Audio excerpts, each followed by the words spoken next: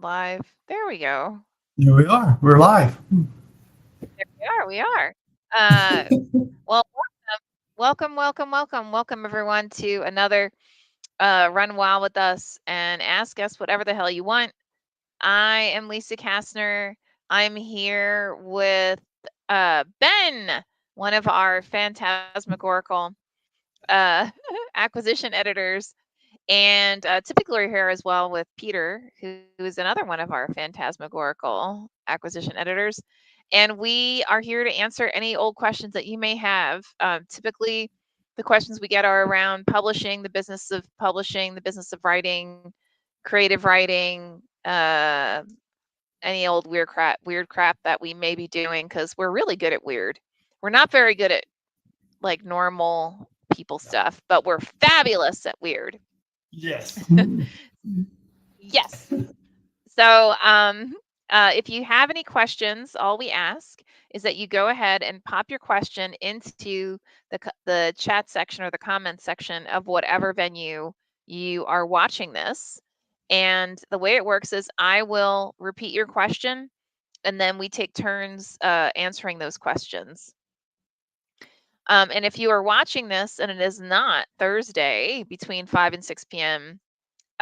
Pacific time or 8 and 9 p.m. Eastern time, then all we ask is that you go ahead and toss your questions into the comment section when you see this. And we, again, what we'll do is we'll take turns responding to them um, the subsequent, week. So, with that, I'm going to ask. So, Ben, how are you doing, young man? I'm doing okay. We're just another week of editing and getting ready to edit some more and seeing how far behind I am. But I'm right on time. You are. You're not behind. You're right on time. No. Ha Oh, yeah. ha. Yes. I do That's have not too a bad. short story collection waiting for me to get to them, and she's a very patient Mm, author. And then I mm. do have a anthology of short stories I need to get to and start letting people know that I am alive and looking at their stories. And it's not just in that submittable in progress notice that everyone hates, but Mhm. I am getting to it. 'Cause submittable Sounds has that, good. yeah, Sounds the good. in progress notice that nobody really likes that. That's But it's true. better than Yeah. received, I guess. I think so. I think cuz at least they know it's assigned to somebody, right? Yeah, yeah, Mm. I mean, honestly, I've thought about like should we move to another some other format like not use submittable anymore, but I don't know of anything else other than my email box, which I'm really not into that idea. Oh, Caroline asks, it's great to see you both. And what are you working on? Which one, Ben? I guess like which stuff you're working on, Ben? I yeah. don't know. I'm working my way through a title that we lovingly call NFG because it's you can imagine what the F is for, why we abbreviated it to NFG, but it is 157,000 words, and so the idea is to Wow. split it up into two books. We have to, and Mhm. and Mhm. so part one will be outgoing, and then it's creative nonfiction with about going to Iraq in 2002 or three or four, and Mhm. so the first book is going to be outgoing, and then the second book will be incoming, and then the author is actually he told me this week that he's working on part three of the after effects of coming back. Oh, Yeah. So okay. he's gone from one book to a trilogy without us knowing about it, but it'll work. Now we know. Now we know. Yeah, Wow, that's a lot. yeah. Well, he'd been working on it because I started this. This is an ongoing project, and I started way too long ago. But Mm, I turned it back over to him with some ideas that he took to heart and really fleshed it out.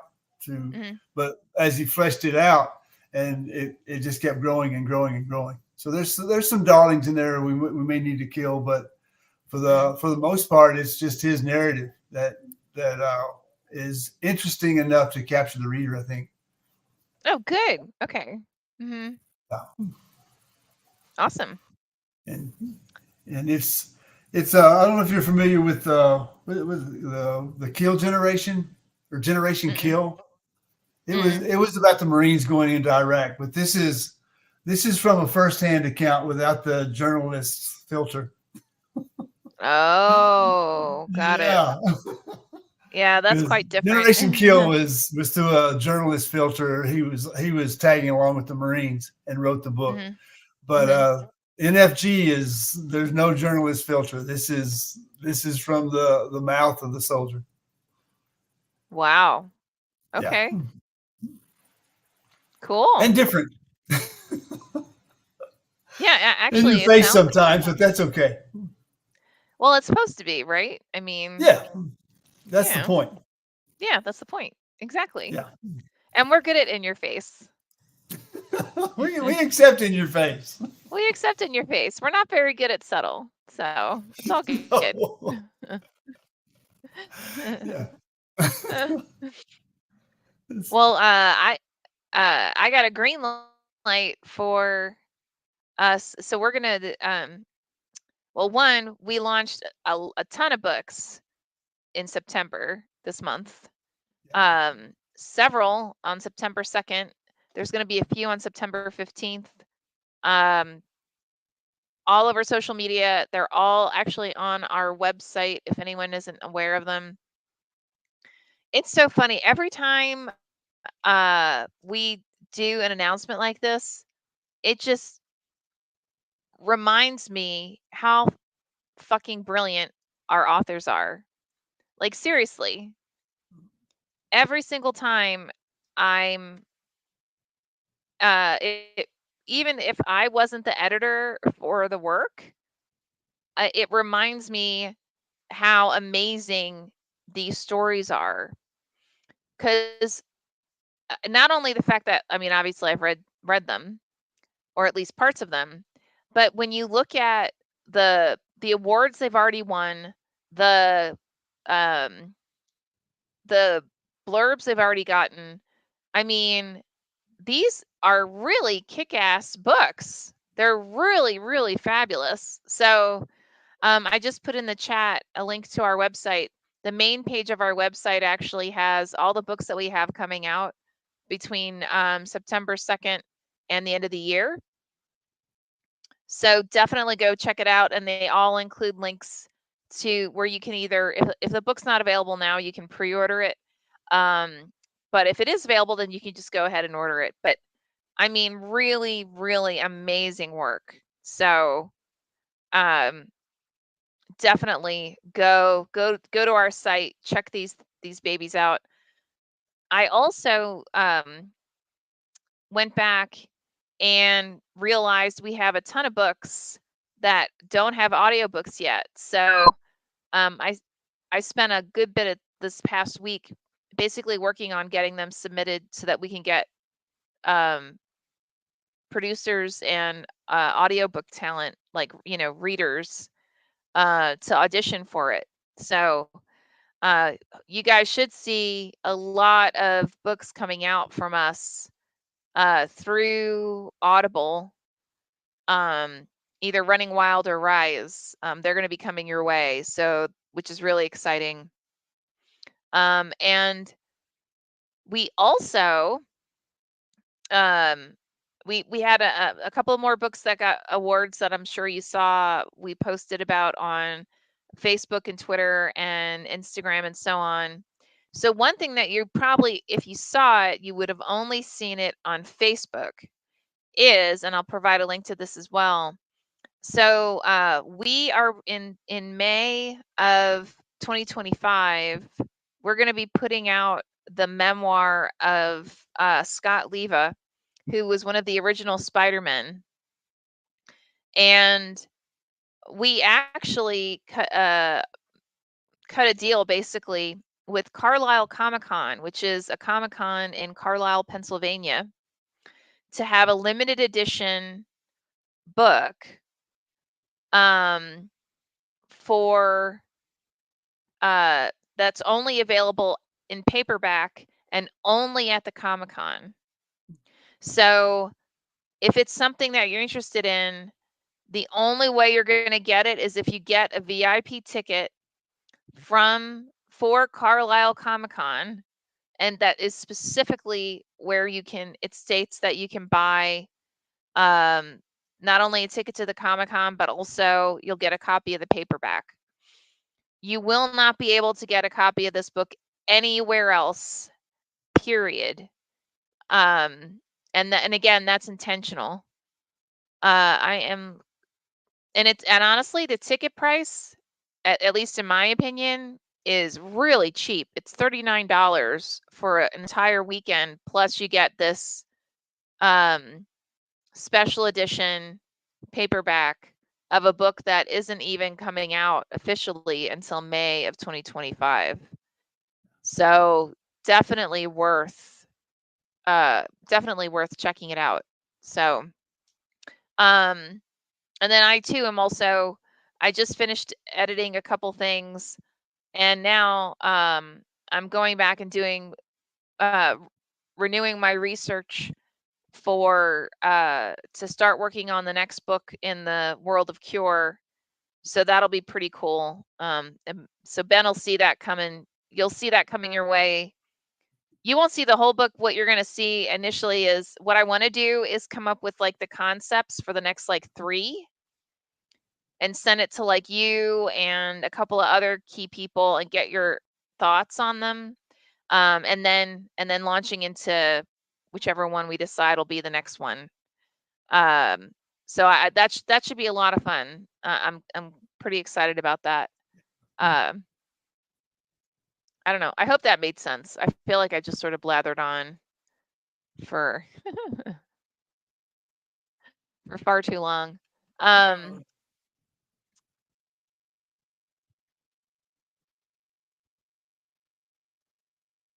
Caroline asks, when will those audios be out? Someone asked me.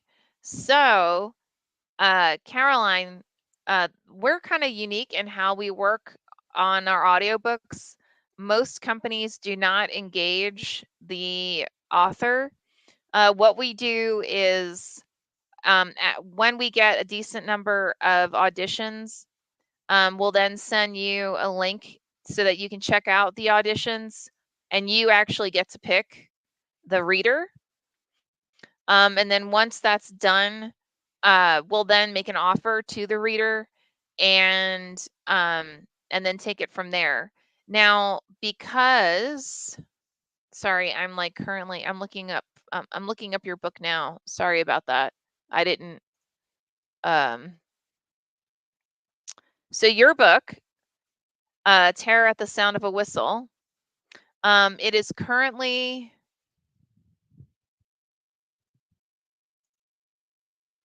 in production, as you know. And I literally just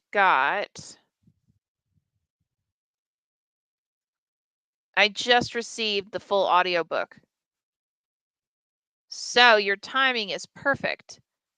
So what's going to happen is most likely tonight, I'm going to send to you a link so you can listen to the full audiobook to make sure that you approve it and you're comfortable with it. And then if you do approve it, we'll sign off on it and it'll immediately become available. If you want changes to it, then that's something different. Although this says, hold on, this doesn't look right.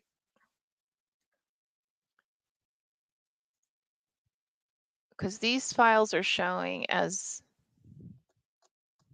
oh, now it's showing right. Okay, never mind.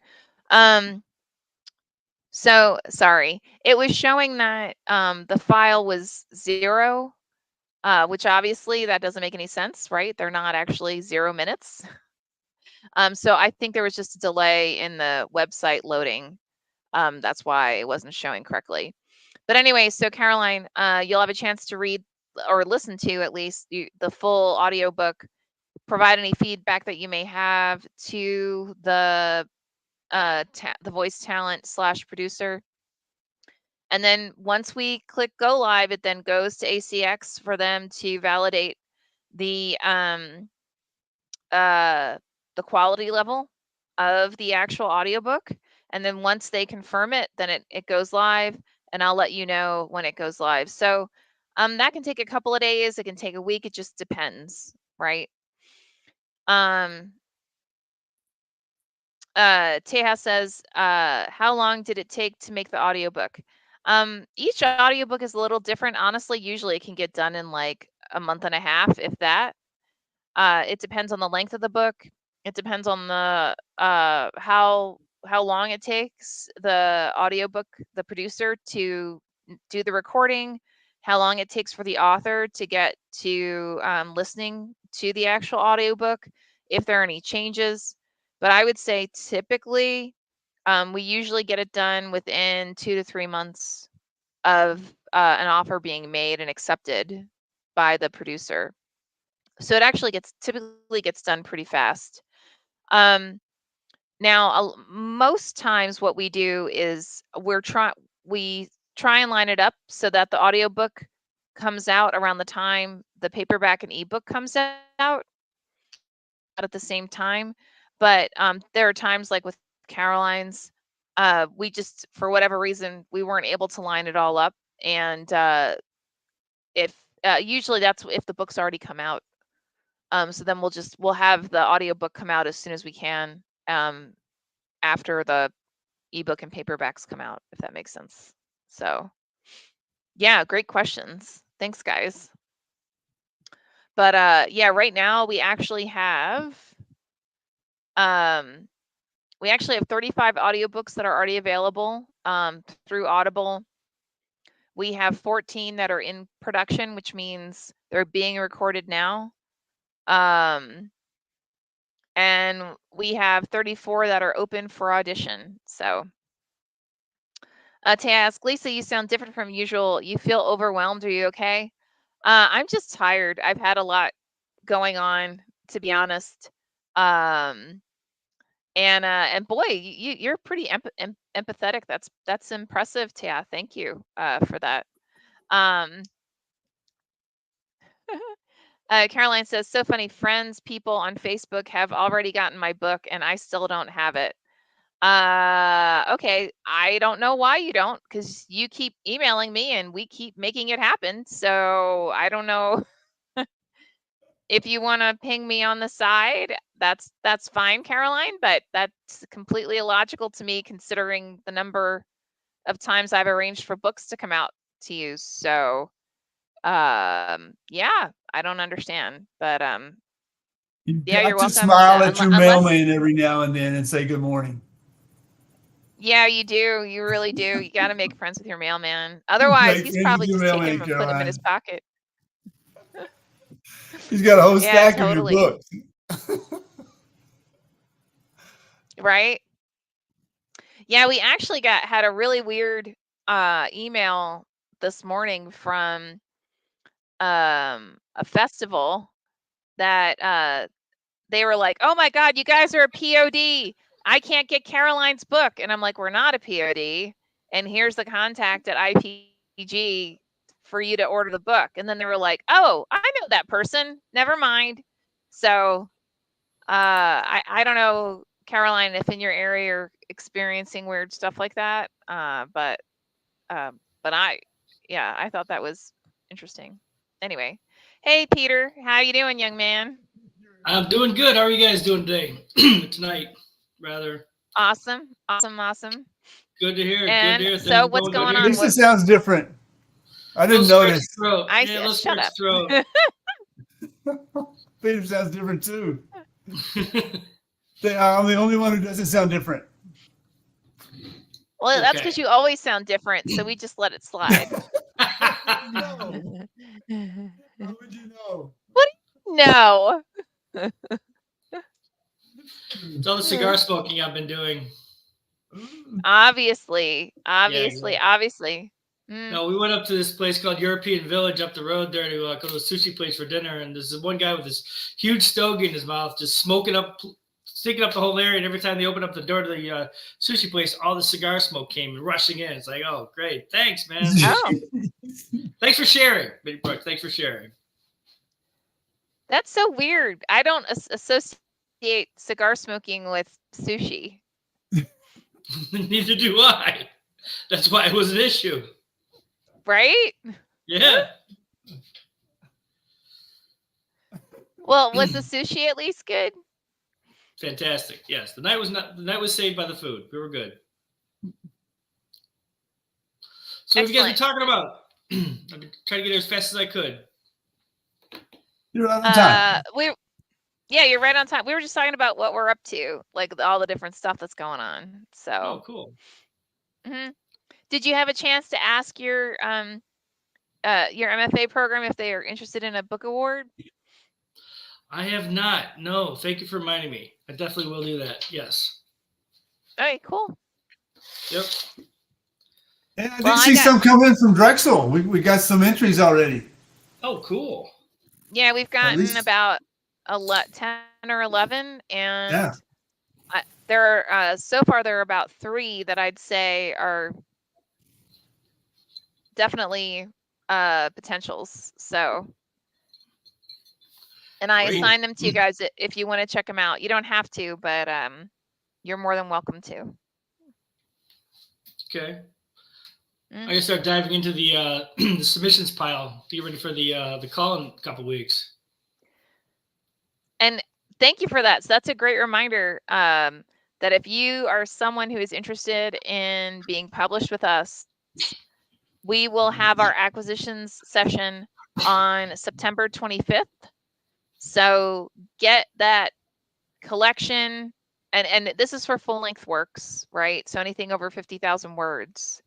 You want to get that into us. I would actually say by September 18th, so like a week before. That way it gives us time to actually check it out. Yeah. And that way, you're more so guaranteed that we'll be able to check it out, because if you send it the night before, I can't guarantee anything. I mean, that's just not fair to any of us. So I'd say definitely go for, and he's busy anyway. Many plans. Yeah, obviously. I mean, who hasn't? So look at the others. So yeah, just send it in by like the 18th, and then I'd say within like the week after, you'll probably get a notification of whether it's something that we've accepted or not, or if we have feedback or whatever the case may be. So, but yeah, you better get on it, man, because there's a lot. What's the latest number? What are we up to? 300, 400? Oh, you're so cute. Oh my goodness. I'm logging in now, so let's find out.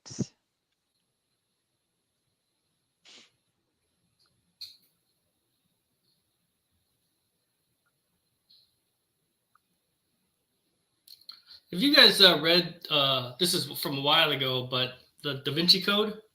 Did you guys read that? Yeah. Ages ago. Mm-hmm. Yeah, ages ago. Dan Brown. I remember reading it, and I mean, the writing was interesting. I mean, the story was compelling, of course, but every 30 or 40, 50 pages or something like that, there was a passage that was fantastic. It was elevated. The writing was elevated above the entire rest of the novel. It just blew me away. And they would go back to the regular pedantic storytelling that he does. But every once in a while, these paragraphs would pop up. And this book that I'm editing right now, I just ran across this, and I'm not saying the writing is pedantic in this novel at all that I'm editing, but this passage just somehow rose up to be this literary magnitude that I just stopped and I read it like 3 or 4 times because it was beautiful in its existence. And then we went back to the storytelling, but I'm like, but you just did that. Can the whole book be just like that? So I was just really, really blown away that sometimes these beautiful passages just come out of these writers that they may not know naturally without even thinking about it. It's really wonderful. It's really special to read. Yeah. Oh, cool.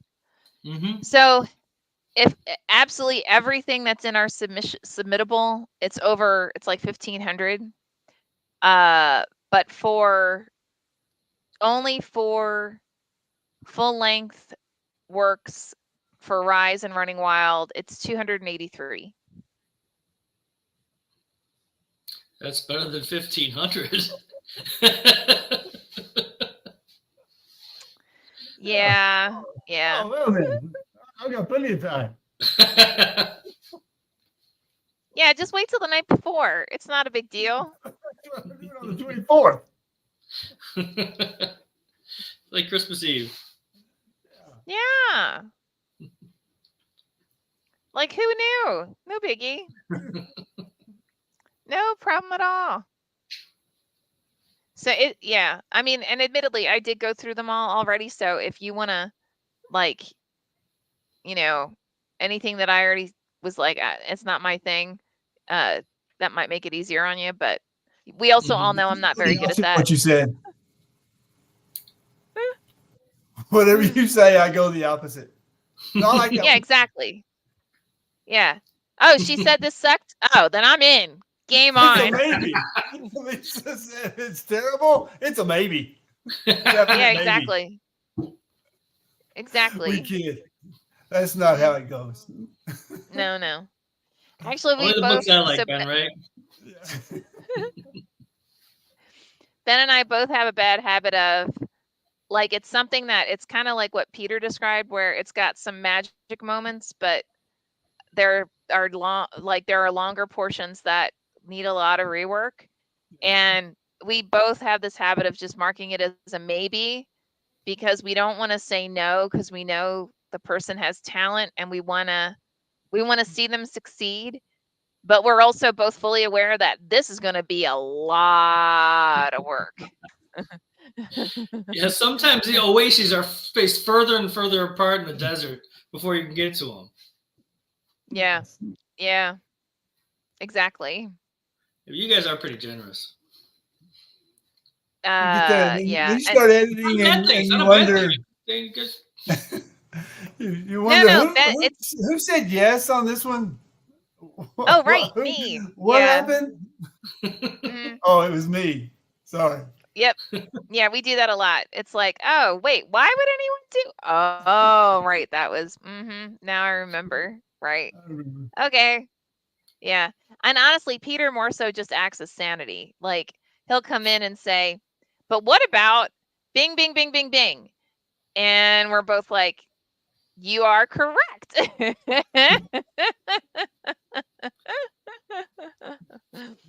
So, yeah. Found the voice, we're all in trouble. Right? Yeah. Then we're seriously, if all three of us are like, well, this is a me and this is why, then, oh, yeah. I'd say 90% of the time it becomes a yes if all three of us come in as a maybe, because we'll start brainstorming how to work with the author and yeah, exactly. Totally. Maybe for 3 different reasons. So together it's a yes.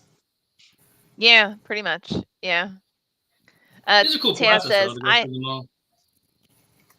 yeah, I mean, actually, do you guys want to share our acquisition process? Well, I don't need to be the one to talk about it. It's pretty straightforward. I mean, we go through, we mark the books as yes, no, maybe. And the no's, if they collect enough votes, then they get chunked to the side.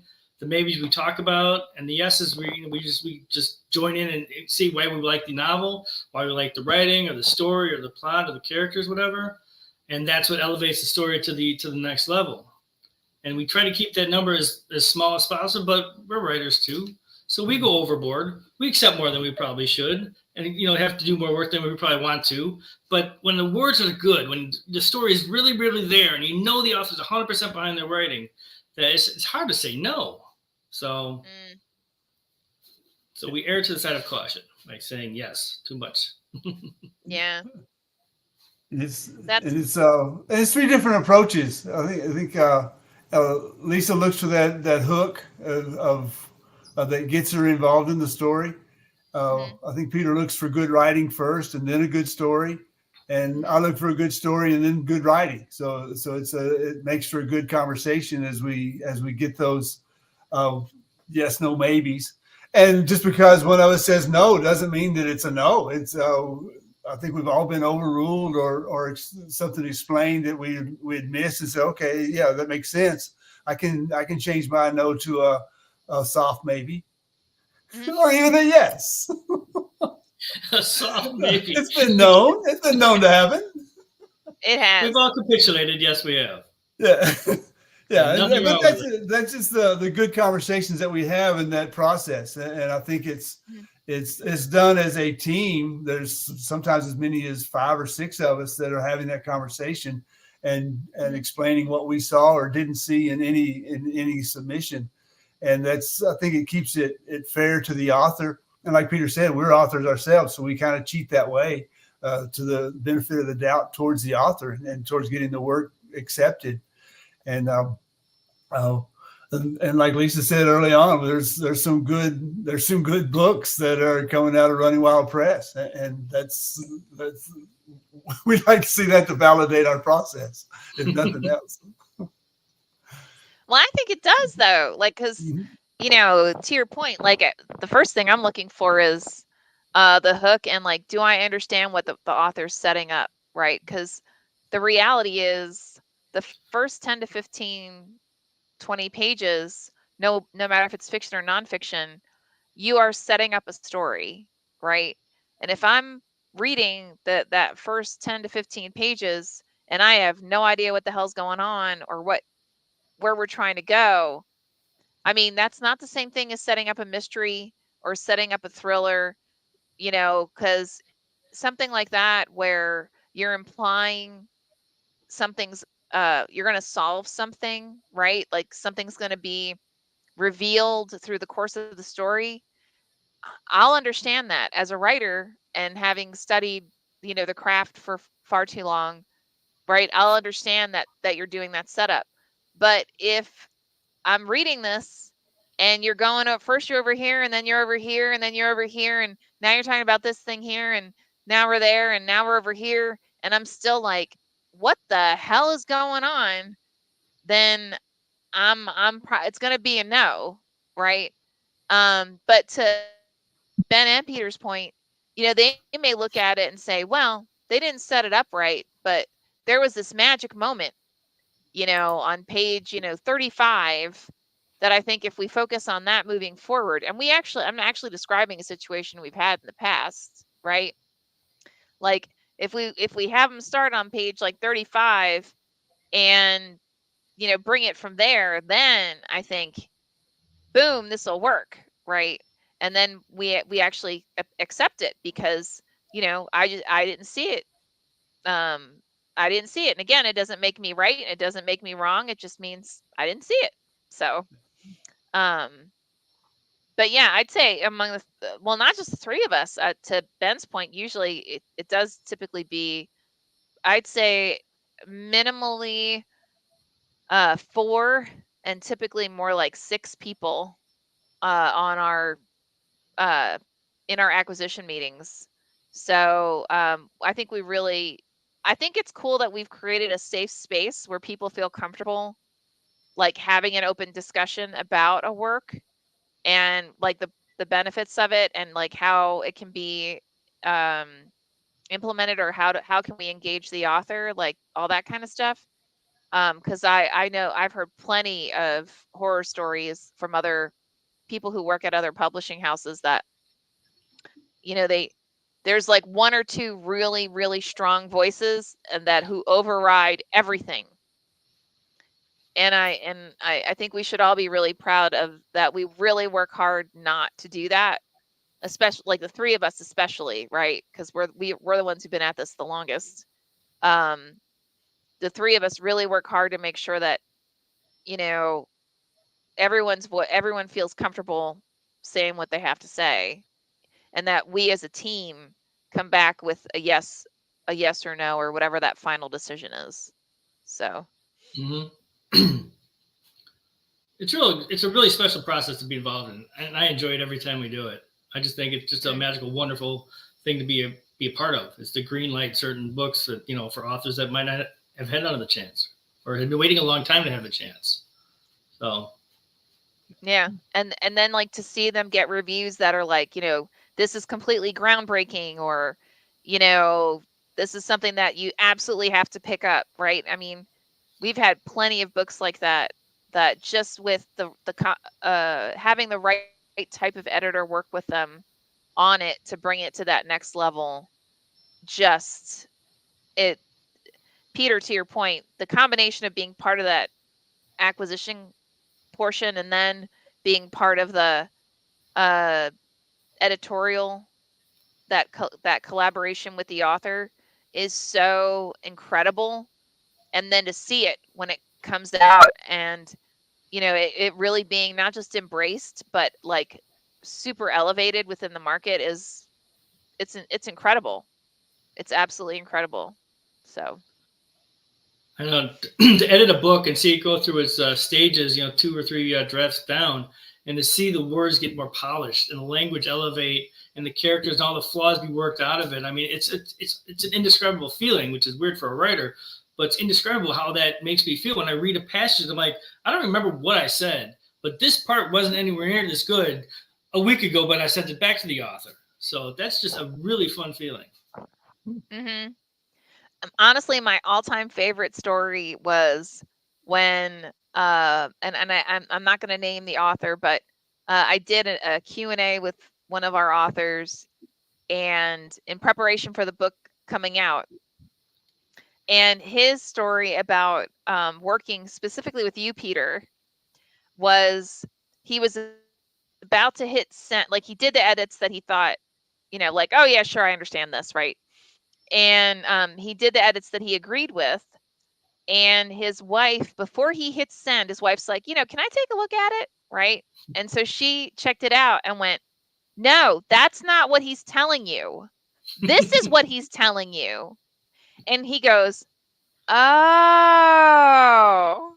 and stopped and went back and did a total revision when his wife explained to him, like, I know you think this is what he said, but that's not what he said. This is what he's saying, right? And it completely elevated the entire book, where like everything from like the reviews that he's gotten to the blurbs he's gotten and the kind of attention he's gotten has been like tremendous. So, you know, well done. Well done, Peter. Like I said, indescribable. It's just an amazing feeling to have to be a part of that process. Give more power to him because it's his book. I'm just there in the wings, asking questions. Yeah. Well, what was even funnier was he admitted in the interview that basically he was kind of just blowing you off. Really? Yeah. Like he was like, yeah, whatever. Okay, fine. Like, yeah, sure. And then so when his wife came back and went, no. This is what he's telling you. Like, this isn't unique to this sentence. His question is relevant throughout the entire work. And then he goes, that's when it was like, oh, whoops. And there's like a whole new thing. So yeah, that was I right? Totally. I totally love that. So Caroline says, I have to say, Ben, knowing how you work now, it worries me a little as I'm finishing this novel. You are sitting on my shoulder. Oh, good. So you've become the ghost parrot. Or the pitchfork. How about the halo through the pitchfork? There we go. Yeah. It was like, Yeah. hurrah! We work well together. You know it. So what you're saying is, Peter, you get to edit the next Caroline work. Oh. Oh, you're saying now Peter gets to edit the next Caroline work? Carolyn, I don't know that you want Like that because the acquisition meetings. I think we all come in with things that are immediate no shows for us or no goes, and when we see that, we've got to be talked out of that, because I know if I see an idea that's been done before, and somebody sends us a book called Animal Ranch, we'll get that through. No, has been done, and then some of the simple stuff like the grammatical. If you change font halfway through for no reason, we're going to ask, why are you changing font? Why are you not paying enough attention to your work that you want us to pay attention to your work? And it'll raise questions. Maybe not an automatic no-go, but it'll certainly raise a question. Why does the font change? Why is it 8-point now? Same room. And I hate to admit it, but if you don't follow standard formatting, to Ben's point, like if you don't double space 12-point font Times New Roman, it's like it's a red flag, because it's like, well, you're not even bothering to follow industry standards. That doesn't mean I'm not going to read it, but it does, to me, it's a red flag of a lack of professionalism. And honestly, in our acquisition meetings, we've all talked about that. Like, there have been works that just the way that the author submitted something just showed either such like a lack of professionalism or a lack of caring, that it was like, do I really want to spend the next like 3, 4, 5 months of my life babysitting someone? Like, I don't, but you know. No, my pet peeve is formatting. I mean, yeah, I got over. I can always do the Control A, change the font to what I want it to be, change the size. But when authors put formatting issues into their manuscript, where you can't move lines so that the sentences aren't auto flowing around, there's gaps in the second, gaps in the prose because of the formatting that you can't fix. It just drives me up a wall, because I can't. It's like walking on rocks and bare feet. It's like, why can't I just fix this so it flows? And when you send it back to them, like, please fix the formatting. Please fix the formatting. And I go, fix the formatting. 4 pages in. No, you didn't. Nope. Drives you crazy. It happened at least 3 or 4 times. It's just that's unprofessionalism, in my opinion.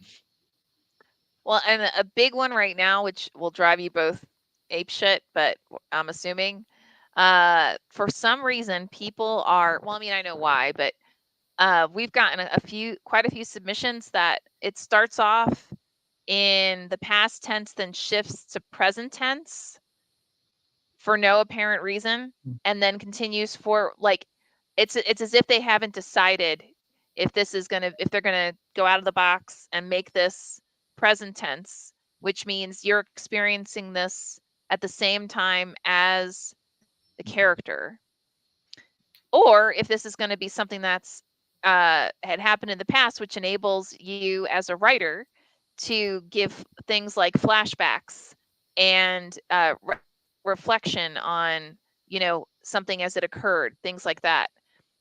So there were quite a few that I marked as no-goes, because this would require so much significant rework to get it to a point that it would be manageable. Now understand, guys, like if you do elect to be out of the box and go with present tense, there are other ways that you can enable to provide those flashbacks, or enable to provide that more reflection of the characters without it being by, maybe you have another character that provides that kind of reflection or that kind of intuition, right? That kind of knowledge. There's all kinds of ways that you can do it. But you've really got to go into it with an intention of this is what I'm going to do, right? And this is why, and know in your head why you're going to do it that way. Because if you forget why, then you're going to forget why you're doing it that way as you're actually writing it or revising it, and you're going to fall. If you aren't kind of naturally falling into that trap, you're going to continue that. I hope that made sense. But yeah, exactly. I can even see it working with different sections. I'm going to do one section past tense and one section in present tense, but when it happens in one paragraph, that's no. We've got to stick to the tense in this section. Don't switch in the middle of the paragraph. Well, it goes back. You exactly. got to know your craft to know how to break the rules. Once you know the rules, then you can break them because you know what you're doing and it's for a purpose. Yeah. If you don't know what you're doing, right. You got to go back to school. Right. I mean, and so you guys know, I mean, there a lot of times things like this, the reason the writer's doing it is because this is how we speak, right? Like this is part of our standard American nomenclature that when we're in discussion with others, we will oftentimes switch between an active tense, like a present tense, and a past tense. But that does not make it correct in the craft of of telling a narrative, right? Those are two very different things. It's the same thing with using you, right? Like when you do blah, blah, blah, and you're not actually talking to the reader, it's just that when you're in the head of the character, that character may be like, would have been thinking in that sentence structure, but it does not actually work in the story itself. So to Peter's point, things like that, if you're not aware, if you're not knowledgeable enough or you haven't studied craft enough to understand why things like this don't work, and to be knowledgeable enough to look at your own writing in that more of like a third party way, then you need to go back and relearn or study ways to get you out of that.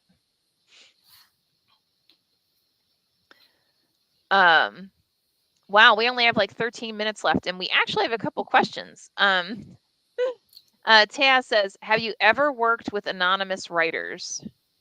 Yeah, I don't know, Peter, have you ever? Oh, stop that. Anonymously, yes.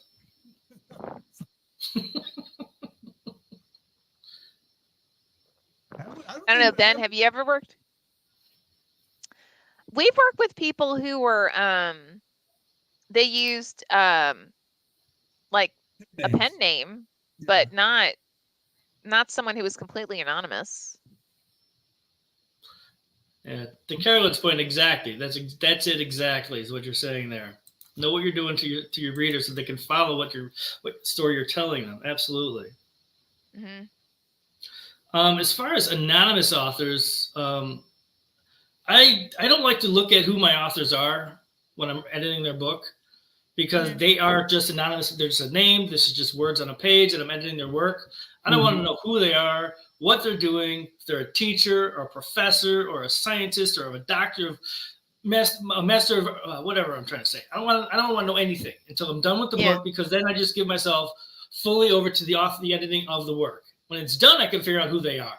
That's exciting because holy cow, he's been in school 15 years longer than I've ever been in school. So seeing that type of person that I'm editing, so I don't want to know who that is because I don't want to taint my own reading or editing of their novel. Does that sound sort of anonymous? Yeah, and I think we're the three of us are the same in that. Like I don't read the author's bio before I start editing the work. I just dive into the work. Mm-hmm.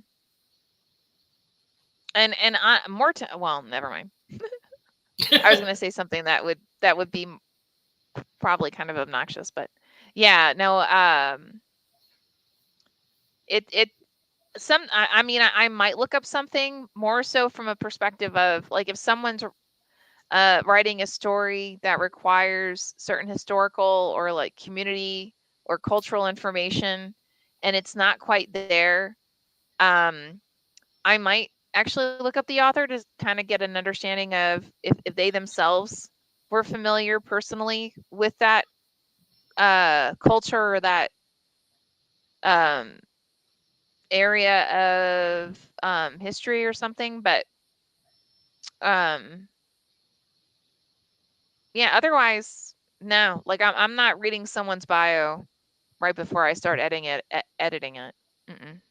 Mm-mm. And, there's only a few reasons why you would write a book as anonymous, and even our memoirs, they're the ones that are most concerned with writing about someone who is going to know they're being written about, and they still don't come in as anonymous because it's hey, this is my book, and if you don't like what I said, write your own book. And uh, so, but I have published a collection of poems called "Say Their Names," and Mm, I published it under anonymous because once you title a book "Say Their Names" and then you stick your name on it, it just didn't feel right to me. So I published that for a reason as anonymous, and because the poems were about actual people, and mm. and it wasn't right for me to put my name after I said "Say their names" and then say mine. Hey. It just didn't feel right. Dang, damn it. Yeah. I'm gonna put it on every No. page. I mean, well, we've had memoirs where either the person who's referenced their name was changed, and we say that in the opening, right, to respect their privacy, um, or the it'll get scrubbed, right? Like the basic situation will be provided, and an inference of the who the person is will be provided, but not an actual name. Again, for similar reasons. But in terms of like fully anonymous, mm-mm. No, I don't think I actually don't think we've ever seen anything like that before. But yeah. Caroline says, even if you go forward or backward in time and action, your reader has to be able to know exactly where the story is. Yeah, exactly. That's right. And again, there are lots of craft ways to do that, but you know, there's no point in confusing your reader by shifting within the same paragraph or within the same chapter from present tense to past tense, but in reality, it's all past tense, right? Or it should be all past tense. Um, or by some vast miracle, you have a whole section that's in present tense, but they're able to provide reflection on what occurred within that present tense. That doesn't make any sense. It's illogical. So, um, yeah. Wow. Well, we only have 7 minutes left. I don't know, guys. If you have any questions or comments, go ahead and toss them into the comment section of whatever venue you may be joining us, whether it's Facebook, Instagram, Twitter, LinkedIn, YouTube. Uh, just go ahead, toss it in the comment section. We'll take turns in responding. And I don't know, Ben and Peter, is there anything that you guys want to bring up? Any topics you want to talk about? Just to Caroline when she has my voice in her head to make it a worthy conversation. Listen, which means listen to me, listen to the voice. Caroline, listen to the voice. Now that everyone's terrified, like if they ever get assigned to work with you, they'll be like, no, I don't want to work with him. He's gonna get in my head. He's gonna get in my head. No. Caroline says, tell us about the week ahead for each of you. Lisa, Ben, Peter. All right, I don't know. I picked on Peter a lot, so I'll pick on Ben now. the week ahead is still going through No F's Given, I part still love one. that title. Yeah. And I think he's got to go with the pen name Nobody Effing Important. That's him. But we're for it. We're all for it. And but then I'm still typing up a bunch of stuff too, and Mm. looking for places to send them that won't laugh. I thought you I don't wanted them mind to laugh. rejection, just don't laugh. Oh, well, then you're shit out of luck here, man, because It's true. we're more likely to accept it and laugh than not accept it. There's not enough laughter in this world, anyways. There needs to be more. Right. Thank you, Ben. Yeah, thank you, Ben. Make the Exactly. exclamation point in your own lives. How about you, Peter? What are you going to be up to this week? We're gonna meet up with some dear friends on Saturday and go out to see an Elton John tribute band, which should be a lot Oh, of fun. cool. Yeah, Kathy and I actually saw Elton John live a year or two ago. Fantastic show. Wow. It was on it was on our bucket list, so we had to go see him. It's also why we saw Paul McCartney. Sure, I'm wearing now, ain't by chance, but and then on Sunday there's this game being played. This Mhm. new sport that just came about, like the NFL or something like that. Didn't the season just kick off tonight? I have a feeling Sunday is going to be all about football. I have a feeling you're right. So, Absolutely. Glorified wrestling. Glorified wrestling with a lot of running around. Is that what you're saying? They just run around to go, Football on a NASCAR track. Now, that would be fun. right? well, it's fun watching two huge men run into each other at full speed. Glorified wrestling. There I you think go. that once in New Glorified Orleans and wrestling. almost got run out of town. So, Awesome. Well, I've got so Sunday I've got the First Writers Coffee House in Pasadena. It's at Tapito Coffee, which is a coffee shop that's part of Romans in Pasadena, California. If you guys are interested in going, just ping me and I can send you a link to the website. It's from noon to 3, and it's completely live. Right now, I have confirmed myself, Jonathan Mayberry, um, uh, Ron Coleman, who is this like brilliant scientist who is also a fantastic editor, um, and a few other like pretty big names in the audiobook world that I'm not going to put out there because if they aren't able to show, I don't want anyone like getting really upset. I'll be working on setting up everything for my own novel, continuing to work on all the audiobooks we've got going out there, um, and continuing working on a couple of special projects, including putting out that special edition or limited edition paperback of I Am Was Spider-Man, which the Carlisle Comic Con edition, which is only available at Carlisle Comic Con, and you can only get it by getting the VIP ticket to Carlisle Comic Con. So if you miss that, you miss it. You will not be able to get it anywhere else. Just as a heads up. So, and then obviously I still have like a day job and everything else that you know I'm sure all three of us get to do along the way. Um, Risa says, "Hey guys, a quick hello. I'm celebrating Ron Powell's book that just came out. Wonderful. I know it's an amazing book, guys. Go to our website. It is the very first book that we mention on the front page of our website. Go check it out. Again, it's brilliant. So, and then I think with that we are, huh? Reset edit that one? Yeah, I think Risa edited that one. Yep. Yes. And it really has, Ron Dowell, actually, it really has just gotten tons of really great reviews already.